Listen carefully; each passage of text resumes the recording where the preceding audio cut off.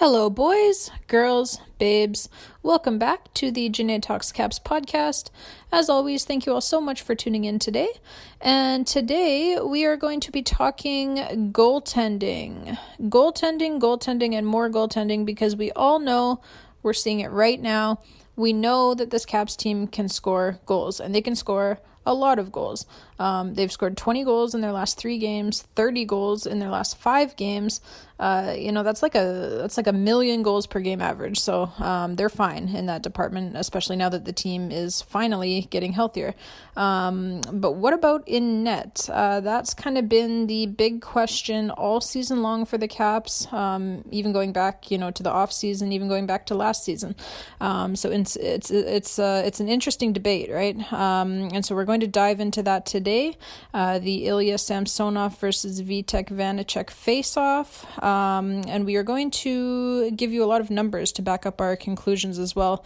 And ultimately, make our pick of who should be the number one guy for game 1 of the upcoming Stanley Cup Playoffs. So before we do that, however, we're also going to look at the Eastern Conference goaltending picture as a whole, because there are 7 other teams in the East that are also going to be involved in the playoffs, even if none of them are as sexy or as cool as our Caps, but we do still have to acknowledge that they exist, at least. So we'll do that first, and then we will save the best for last with Samsonov and Vanecek. And hey, the whole reason why I wanted to do this episode about Eastern Conference goaltending is because it has the potential to be so freaking interesting as we head into the playoffs. Because, hear me out here. So we've got 8 teams that are going to be in the playoffs in the East, right? So 8 starting goalies. And let me lay this out for you.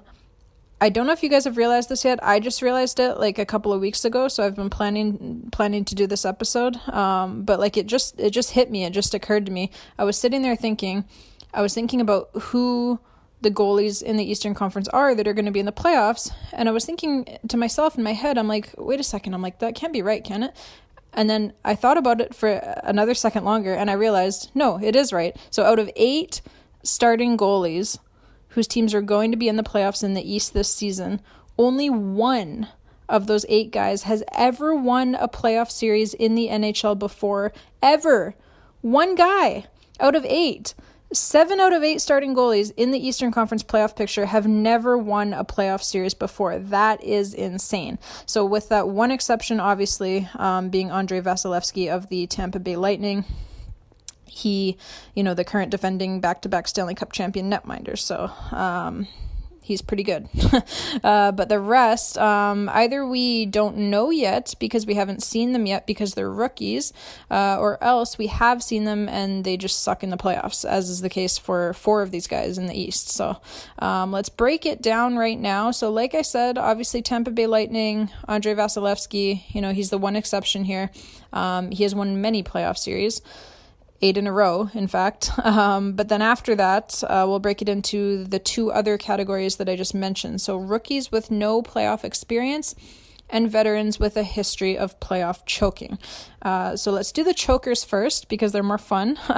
So one of the reasons why this is so interesting to me is because the 2 biggest chokers belong to the 2 top teams in the East. Right? Like the Florida Panthers, who are the number 1 seed in the East and might win the President's Trophy as well, they've got Sergei Bobrovsky. So Caps fans know him well from when he choked away the Columbus Blue Jackets 2-0 series lead over our Caps in the first round in 2018. The Caps, obviously, they won 4 straight games over the Jackets, including 3 in Columbus, and won the series 4-2, and then went on to win the Stanley Cup. So thanks, Bob. You're doing great, as Tom Wilson would say. And then the Carolina Hurricanes, the current number 2 seed in the East, although the New York Rangers are still challenging for that. But for now, it's Carolina, so we'll go with that. The Hurricanes, they have Frederik Andersen in net. Yes, that is the same Frederik Andersen who we watched lose so many more than winnable playoff series with the Toronto Maple Leafs, and even with the Anaheim Ducks before that as well. So now, given that some of those series losses for him, like I said, they did come as a member of the Toronto Maple Leafs. So, we almost have to kind of give him a pass on those ones because, come on, it's the Leafs. right? Like they could have Marty Brodeur or Patrick Waugh in net and they would still lose in the first round. But with Freddie, even more concerning than the lack of success his teams have seen in the playoffs when he's in the net are his own individual numbers when his and his teammates' playoff lives are on the line, i.e. in elimination games. So this is a stat line that Sportsnet put up 2 years ago. I dug it up here. So Frederik Andersen, in potential series clinching games, which includes when his team can clinch to go to the next round as well, by the way.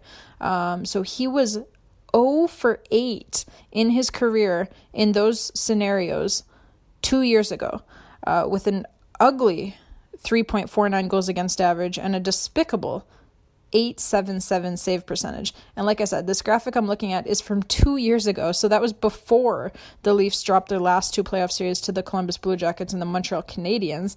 So I can only imagine what those numbers look like now. He just has a proven inability to win the big game, much like the other top dog in the East in Sergei Bobrovsky. So, we touched on Bob. We touched on how he, blew that playoff series against our Caps. But that's just one occasion, right? Like in general as well, he's just been very bad in the playoffs, almost inexplicably. Like he's got a career goals against average of 3.24 in the playoffs. 3.24 and a career save percentage of 899 in the playoffs. So like when you compare those to his regular season numbers, it's like the bargain bin at Walmart versus Saks Fifth Avenue. Like his entire career, he hasn't even won a total of 16 playoff games. Never mind getting 16 in one season. And so these aren't young guys that we're talking about here either. Like Bobrovsky is 33. He's going to turn 34 this year. Andersen is 32. He's going to turn 33 this year. So they've had plenty of chances, plenty of opportunity to change the narrative, to set the script on fire and write a new one, but they haven't done it. And then we go to the Pittsburgh Penguins, where Tristan Jarry was so bad in the playoffs last season that most Pens fans I talked to wanted him traded. His career 915 save percentage drops off a freaking cliff to 894 in the playoffs. 894 save percentage in the playoffs. You cannot win like that. You might squeak by one series, but you're not winning 4. So, and then we've got Jack Campbell for the Toronto Maple Leafs, who, he never really had a chance once he got traded to them, did he? Too bad. And so those are the 4 guys in the East who so far have had shots at it and failed to deliver. Some more than others, obviously, in Bobrovsky and Andersen. And like I mentioned, it makes it so interesting that the 2 biggest choke jobs happen to play for the 2 highest seeded teams. That is an upset waiting to happen. And so now we move to look at the inexperienced rookies. So we've got probable Vezina and possible Hart Trophy winner Igor Shesterkin for the New York Rangers. I know I'm a Caps fan, and so I'm not really supposed to like anything Rangers related, but I'm also a goalie myself, and so I just have to appreciate greatness in the net, and that kid is really something. And then we've got Jeremy Swayman for the Boston Bruins and Vitek Vanecek for our own Washington Capitals. Now, like I mentioned, there's really nothing to talk about for these guys playoff-wise yet, because they just haven't had the experience yet, right? All 3, like I said, are rookies, but all 3 are having very strong regular seasons, particularly, like I said, Igor Shesterkin, who has come out of nowhere to be the best goalie in the league this regular season. Well, I guess it wasn't really out of nowhere, as he was very highly touted, but I don't think very many people would have expected him to be as good as he is as early as he is in his career. He's been just insane. So here's the thing. For me, and everyone is free to disagree if they choose, but for me, I would rather have a rookie who just hasn't had his shot at it yet versus a veteran who's had nothing but shots and has choked every single one of them away. Because that rookie could theoretically be the best goalie, the best playoff goalie, rather, of all time. And we just wouldn't know it yet because we haven't seen him yet. So maybe that's unlikely, sure. But what's more unlikely? Like a talented rookie who's already proven during the regular season that he's good enough to be good at the NHL level, playing well enough for his team to go deep in the playoffs? Or is it more unlikely that a guy who's proven himself a choker 100 times already in the playoffs is going to choke for a 101st time? I will say that the latter is very likely to happen, as history has a funny way of repeating itself.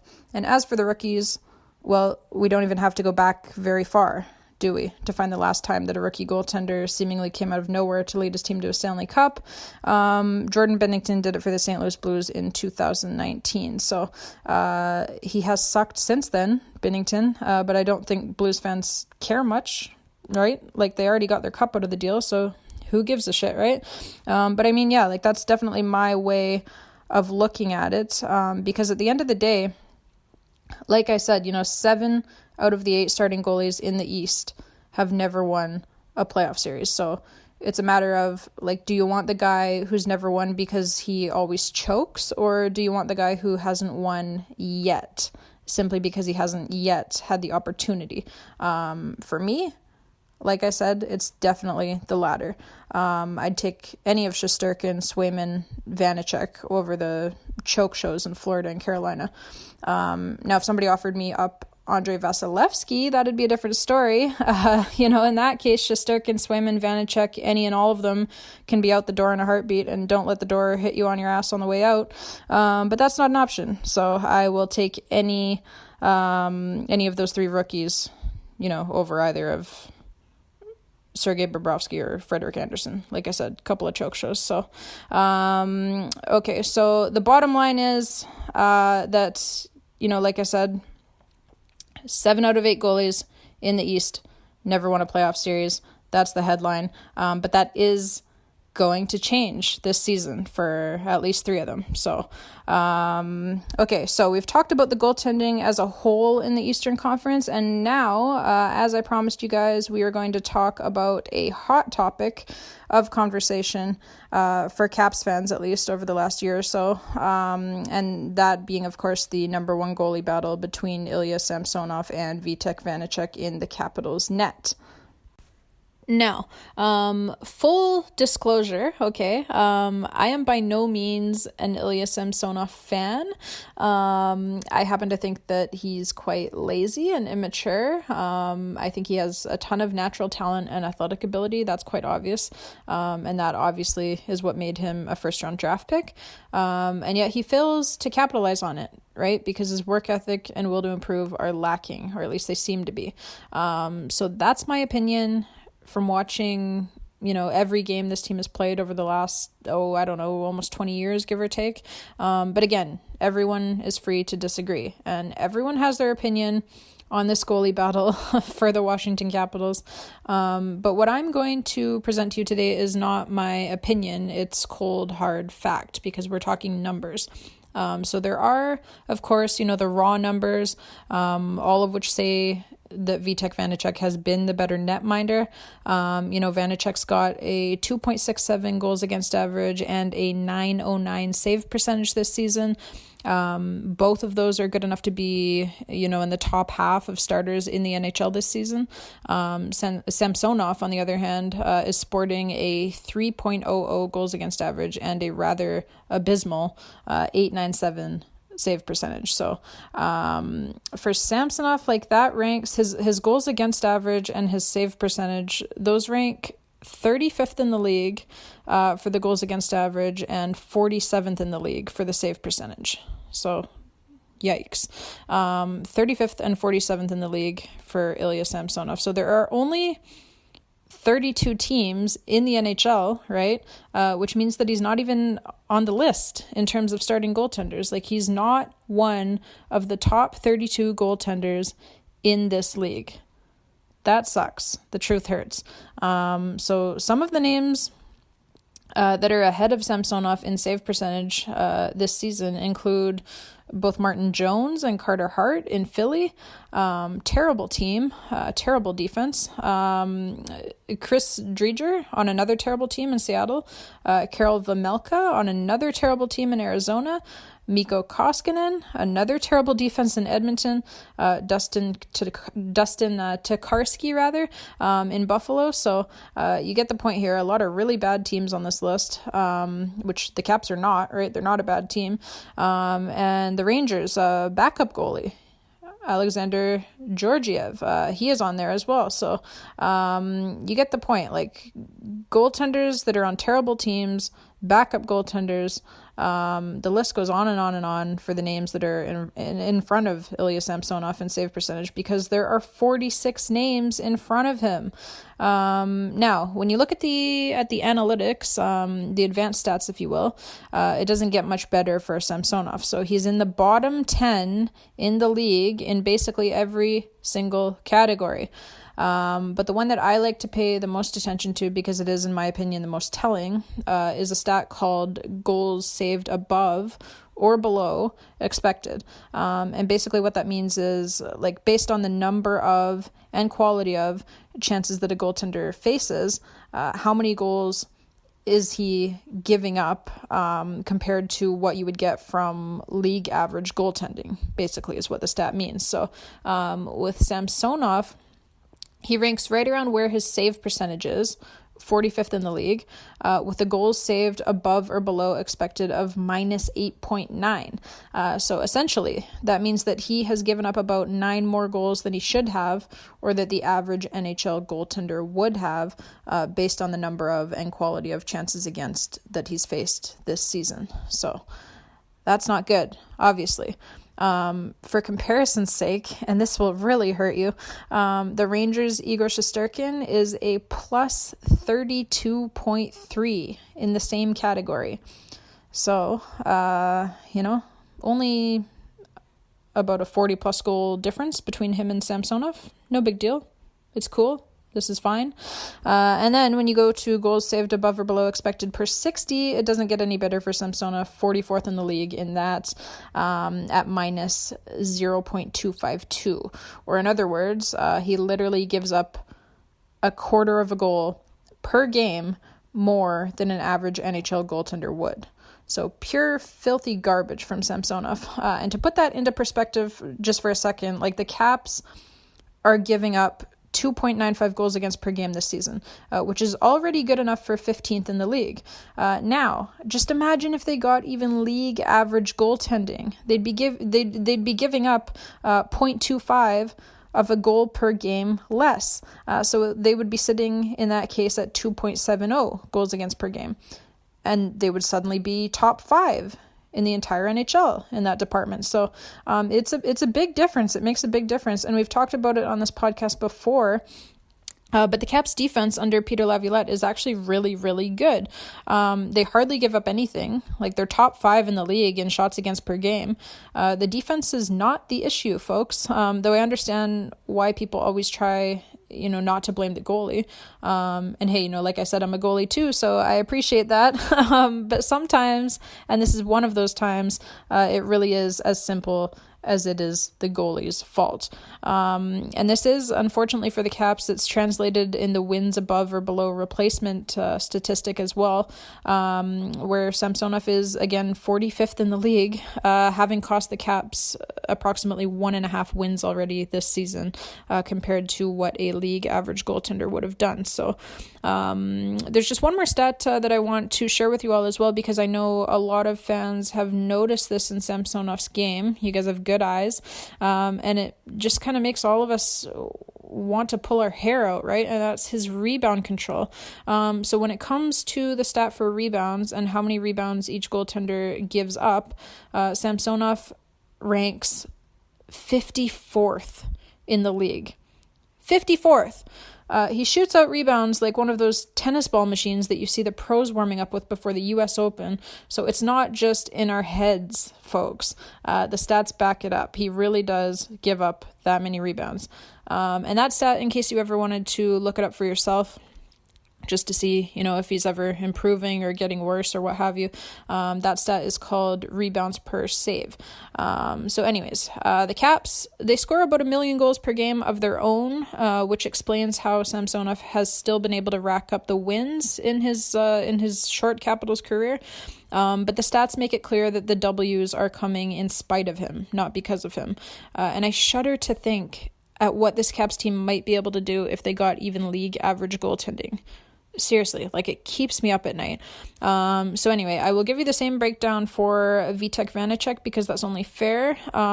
So goals saved above or below expected. Vanecek is 25th in the league at minus 3.3. So still, not good, but like it's not great, but it's approximately 3 times as good as Samsonov is, right? So goals saved above or below expected per 60. Again, Vanecek is 25th in the league at minus 0.093.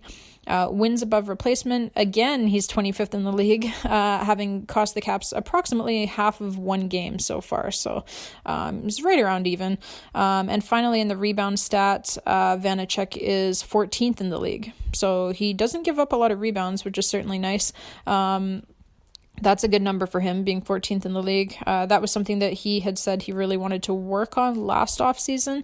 And you can see his hard work is definitely paying off as the improvement in his rebound rates from last season to this season have been incredible.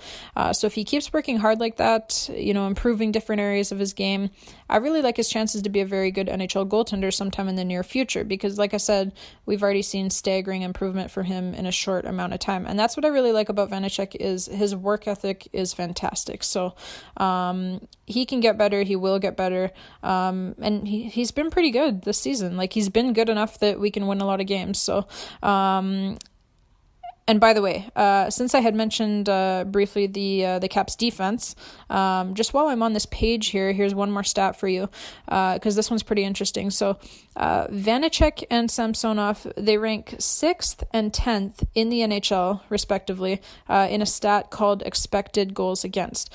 So that means that based on the play of the Caps defense, the number of and quality of shots and chances against that they give up, they're expected to have somewhere between the 6th and the 10th best goals against per game in the league. So like I said, the issue is not the defense. That's all I'm saying. I just wanted to point that out. Caps defense has been really, really good this year, you guys. Like the top 6 for the Caps on defense, like it's one of the best top 6 in the league. Like you've got John Carlson, perennial Norris Trophy candidate, right? Still scoring at an amazing pace. He's playing great defense this year as well. I know a lot of people don't like to admit that. A lot of the Carlson haters out there. But yeah, you've got John Carlson, who is obviously a minute muncher as well. He plays a ton of minutes. And then his partner this season, Martin Ferrari, the rookie, he's been amazing. Like he's fit so well next to John Carlson. He hasn't missed a beat. He can play 20 plus minutes a game already. He's only 22 years old. And yeah, he's been amazing. He hits like a truck too. Like he is not afraid of anybody. Big kid, strong kid. He's been incredible.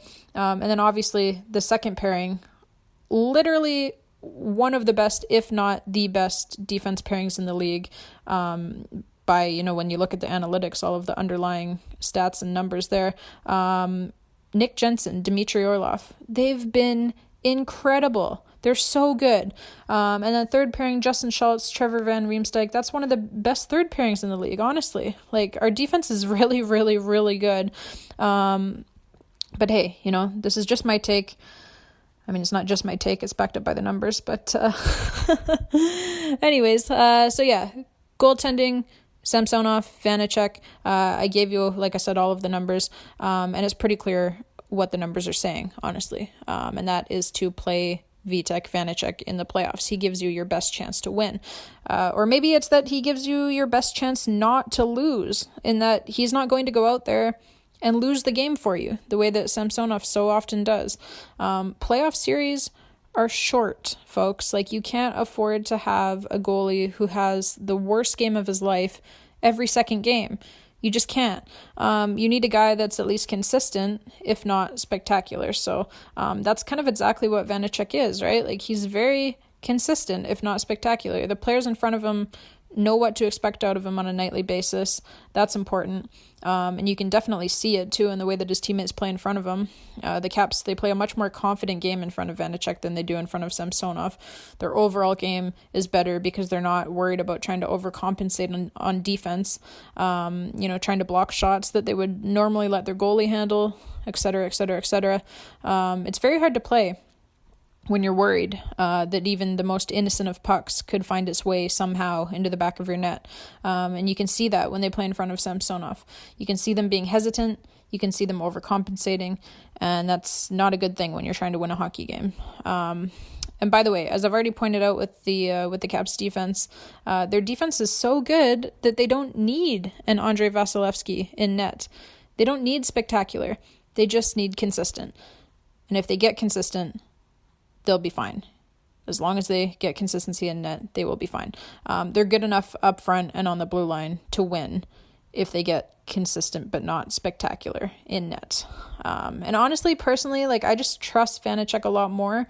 My gut, it's the gut feeling, right? Like, my gut just feels a lot safer when he's in the net. I don't constantly feel like the next shoe is always about to drop, like something bad is always around the corner, just waiting to happen, waiting to go into our net when we least expect it, like a bad angle shot from below the goal line, or an unscreened wrist shot from the point, or God forbid, a poorly placed drop pass to an unsuspecting Justin Schultz behind our net in double overtime of Game 3 of a playoff series. Those are exactly the types of things that we don't need to see in this year's playoffs. Thank you very much. So that is why my vote is for Vitek Vanecek. I know I don't actually get a vote. None of us do, save for Peter Laviolette and the rest of his coaching staff. But if I did, my vote would be for Vanecek. So, and it's pretty simple, really. Like, Samsonov, he just makes too many mental mistakes. Too many times he's caught not paying attention at the worst possible moments in games. So that's what it comes down to for me. Like, it's not even the numbers, though those also obviously favor Vanecek. But no, like, for me, it's the intangibles.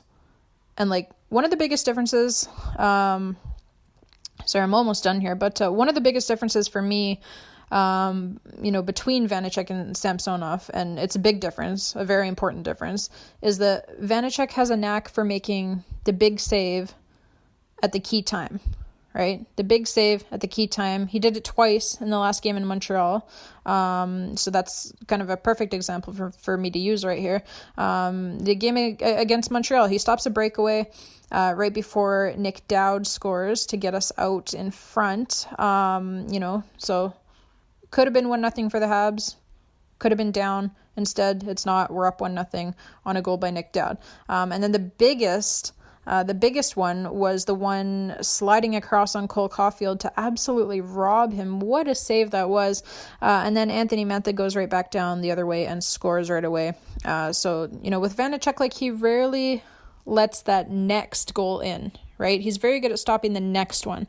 It's very rare that he's giving up 2 in a row without the other team's goalie getting scored on first. So, against the Habs, he probably didn't like the first goal that he gave up, which saw the Habs tie the game at 1-1. But then, instead of letting the Habs score again to put us down 2-1, he makes that huge save on Caulfield to keep it 1-1, and then boom, back-to-back Mantha goals, and all of a sudden we're up 3-1 instead of being down 2-1. So, he didn't give up the lead all night, even though the Habs definitely had chances to take it. He stopped all of them. And he does that frequently. And so for me, the timing of the saves you make is even more important than the saves themselves. And Vanecek is really, really good at that, while Samsonov is pretty much the complete opposite. Always letting in the deflating goal at the worst possible time, squashing our momentum, turning one goal against into 2 to 3 quick ones, / not being able to stop the bleeding, et cetera, et cetera, et cetera. The list goes on and on and on. So, all of that becomes, doubly, triply, even more important when you're talking about the playoffs. 7-game series, right? The other team only has to win 4, so you just can't afford the mental fuck-ups, the bad goals against, basically everything that Ilya Samsonov is known for. So it can be the difference between winning and losing a game, winning and losing a playoff series. So that is my take. Vitek Vanecek for the playoffs. You heard it here first. He's earned it. Okay, kids. That's all we've got for you today. That was a great, fun episode to do about goaltending. I always love talking goalies because, like I said, I am a goalie, so I feel like I know a lot about it, even if you guys don't agree. But no, seriously, love talking hockey with you all. And by the way, that Eastern Conference goaltending picture might get even more crazy and interesting as both. Just reading this here, the updates here, but so both The Penguins, Tristan Jarry, and the Hurricanes, Frederik Andersen, appear to have suffered injuries this past week. We obviously don't know exact timelines yet, when or if they'll be ready for the playoffs. But as of now, they're saying Jarry is week to week, and Andersen is apparently going for an MRI. So we should know more on that soon. As of right now, it looks like they're saying that they're going to reevaluate again in another week on Andersen. So just my guess, but usually if they're saying that after he just had an MRI, there's probably a lot of swelling going on. So it's probably likely that they're not able to get a very clear picture right now on the MRI to see exactly what's going on. There's probably too much swelling. So reevaluate him in a week, and then we should all know more. But wow, it was already interesting. You throw some backup goalies in there and it gets even more interesting. Although honestly, both of those teams might be better off with their backup goalies in net. We'll see. Okay, until next time, Caps fans. Let's enjoy a great matchup tonight against the Colorado Avalanche in Denver. The Avs have won 9 straight games, no big deal, but the Caps are hot as well, having won 5 of their last 6 and 14 of their last 18 overall. And of course, we've mentioned the way they've been putting the puck in the net since getting most of their guys back healthy. 20 goals in the last 3 games, 30 goals in the last 5 games. The Avalanche can score as well. This is going to be a good one. So we'll talk with you all afterwards. Don't forget to subscribe to our podcast if you haven't already. We are available on Apple Podcasts, on Spotify, on Google Podcasts, on iHeartRadio, on Stitcher, on Amazon Music now as well. So you get the point. We're available across all major platforms, and we love to have you along for the ride. So subscribe, share us with your family and your friends and your fellow Caps fans, your fellow hockey fans in general, and let's do that hockey, babes. Love to hear from you guys. Leave us your comments, your questions for next week's episode, and hey, enjoy the game tonight. Until next time, thank you all so much for listening, and let's go Caps.